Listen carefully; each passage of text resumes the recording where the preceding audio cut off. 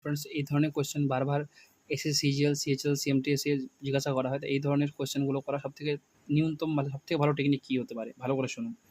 এখানে 2 cos square theta দেখা যায়, এখানে কিন্তু প্রপার অ্যান্সার দেওয়া আছে, ঠিক আছে? মানে ডিজিটে অ্যান্সার দেওয়া আছে। কোনো cos বা থিটা মানে এখানে তার মানে এটা কেবল ক্যালকুলেটিভ হবে, আর ক্যালকুলেটিভ কেটে গিয়ে এটা হবে।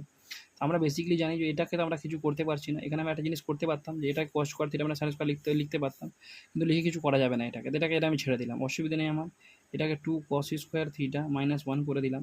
এবার এখানে আমি যদি এলসিএম নিই, তা তুমি দেখতে পাচ্ছ যে এটা 1 + tan স্কয়ার থিটা মানে tan স্কয়ার থিটা মানে a + b whole square + a - b whole square. তাহলে এটা কি লিখতে পারি? 2 a স্কয়ার মানে 1 হয়ে যাবে, প্লাস b স্কয়ার মানে tan স্কয়ার থিটা হয়ে যাবে। বুঝতে পারলে? আপন এটা হয়ে যাবে 1 - tan square theta. 1 - tan square theta মানেও কি হয়? sec square theta. আমরা সবাই জানি। তাহলে জিনিসটা আশা করি তুমি বুঝতে পারছো। এবার আমি জানি যে এইখানে তুমি এটাকে কি করতে পারবে?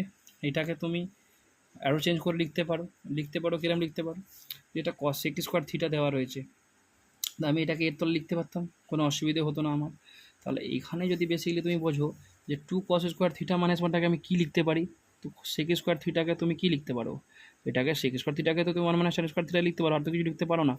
এবার এখানে যদি তুমি দেখো যে এই পুরো ফ্যাক্টরটা, তাহলে এই 2 cos স্কয়ার থিটা -1 ইন্টু এইটাকে যদি নিচে লিখি, তাহলে 2/sec square theta by 1 + tan square theta যে ভ্যালু হয়, এই দুটো পার্টিকুলার ভ্যালুটা এই দুটো ভ্যালু সেম হয়ে যায়। তাই এই দুটো পুরো ভ্যালু কেটে গেল, তাহলে আলটিমেটলি অ্যান্সার কী এলো? 2 এলো। এটাই তোকে মাথায় রাখতে হবে যে এই sec স্কয়ার থিটা পর প্লাস 1 স্কয়ার থিটাকে যদি আমরা ব্রেক করি, আলটিমেটলি 2 cos স্কয়ার থিটা -1 পাবো বা cos 2 থিটা পাবো। এটা একটা স্ট্যান্ডার্ড ফর্ম। এটা মাথায় রাখতে হবে একটু। এটা মাথায় রাখলে জিনিসটা সহজে হয়ে যাবে, অ্যান্সারটা 2 আসবে। বুঝতে পারলে? তাহলে এই ধরনের ভিডিওর জন্য আমাকে ফলো করে নিন, আমার চ্যানেলটাকে সাবস্ক্রাইব করে নিন।